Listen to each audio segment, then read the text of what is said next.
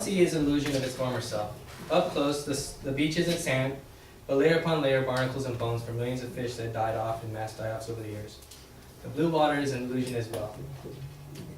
It's just a reflection of the clear desert skies. The sea actually looks like dark beer and is lined with gobs of foam along the shore. The 1950s and 60s were the glory days for the Salton Sea. Some years, it even boasted more than 500,000 visitors, and the real estate market was so hot then that salesmen were taking people up in small planes and selling lost from the air. However, dreams die hard in the desert, and the Salton Riviera was no exception. With the sea's fluctuating shoreline and raising salinity, the sea had turned into a cruel mirage. The final blow came in 1986 when 60 Minutes declared the New River, which brings a third of the sea's inflow, along with sewage from nearly 1 million residents of Mexicali, the most polluted river in the world. Little to nothing has been done about this progressing problem we face with the Salton Sea. And without intervention, the sea will be no more, and we'll be left with the consequences and the price tag. Today, this is one problem that will not go away if ignored. Today, I will first inform you the major role the Salton Sea plays in the immediate environment and as a wildlife sanctuary. Next, I will talk to you about the causes of pollution and the total neglect of the Salton Sea. And finally, I will go over with you some of the proposed plans to effectively change the direction the Salton Sea is heading for and what we can do as individuals to help. First, let me explain the major role the Salton Sea plays environmentally and as a wildlife sanctuary. Somehow, this accidental lake with its abundant fish in nearby fields has become one of the most important migratory bird habitats in the United States. According to National Geographic, millions of birds representing 400 different species can be spotted there. Why? Well, because there's no other place for them to go in Southern California. National Wildlife states that the sea attracts more species of birds than any other location in the continuous United States except for the Texas coastline. The problem is convincing government officials and the public that it is a treasure worth saving. The sea gradually became more polluted and salty as pesticides and large amounts of salts accumulated there. According to New Scientists, few would have cared about the fate of the Salton Sea if someone from California's Department of Fish and Game hadn't had the bright idea to stock the lake with ocean species of fish. So not only does the sea host 400 different kinds of birds, but the fish population, widely believed to be in decline, is actually vibrant. The fish such as tilapia and corvina are not only abundant, but apparently safe to eat. So next, let me talk to you about the causes of pollution and the total neglect that is plaguing the Salton Sea.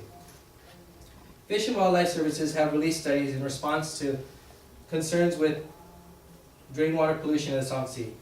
One study concluded that drain water contaminants such as selenium and DDE are accumulating in migratory birds.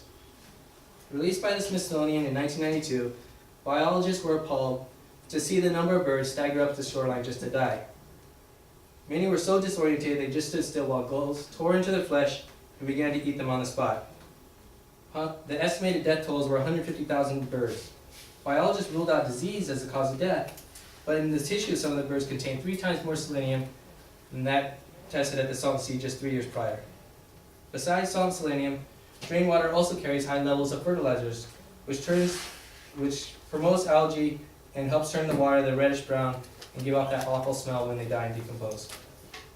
In 2003, a long-awaited agreement to sell San Diego County 200,000 acres of water annually had been reached. And this deal works for the cities and works for the farmers, but not for the Salton Sea, who actually needs the runoff from the farms to survive. So the Salton Sea could begin to shrink. So to those who wouldn't spend a dime to save the Salton Sea, who let nature take its course, I have 2 words for you: Owens Lake. According to National Geographic, in the 1920s, Los Angeles drained this lake to fill the taps of its suburbs. Today, the dry lake bed is the largest source of particulate air matter pollution in the nation. The potential exposure at the Salton Sea could be triple the size we've seen at Owens Lake. So the sea sediments also contain heavy metals, pesticides, and salts, which can act as a defoliant to nearby crops and golf courses alike. The sea may serve a noble purpose after all, and that's to keep this place from becoming the toxic dust bowl of the 21st century. So finally, let me tell you some of the proposed plans to go ahead and change the direction the Salton Sea is heading for and what we can do as individuals to help. Having concluded the Salton Sea is worth saving as a resource, officials endorsed building an evaporated plant to remove the salts. Salton Sea managers had $8.5 million in hand to go ahead with this pilot project, but I have yet to find any evidence that the project has been implemented since the proposal in year 2000. In late 2006, a report highlights 8 different alternatives for Salton Sea rehabilitation projects. According to news record, major construction is expected to begin in the year 2014, or few believe that has a chance of ever being enacted. But there is something we can all do as individuals to help.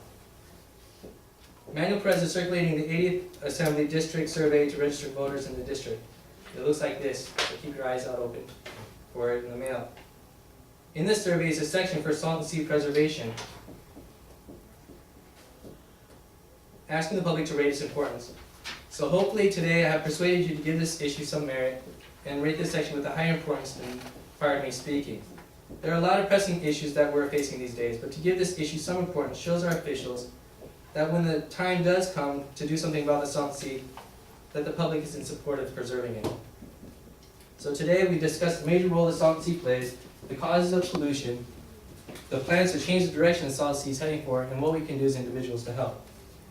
There isn't an easy solution to this complicated problem we face, and many plans have been proposed, and any one of them would bring a significant change to California's largest lake. The one thing standing in the way is finding and allocating the funds to go ahead with these proposed projects. However, if we do nothing soon, we will lose what the Salt Sea has to offer, and it'll be too far gone to save. I hope I have opened your eyes to the importance of the conservation of the Salt Sea, and you have a chance to let our officials know that the sea should be sustained.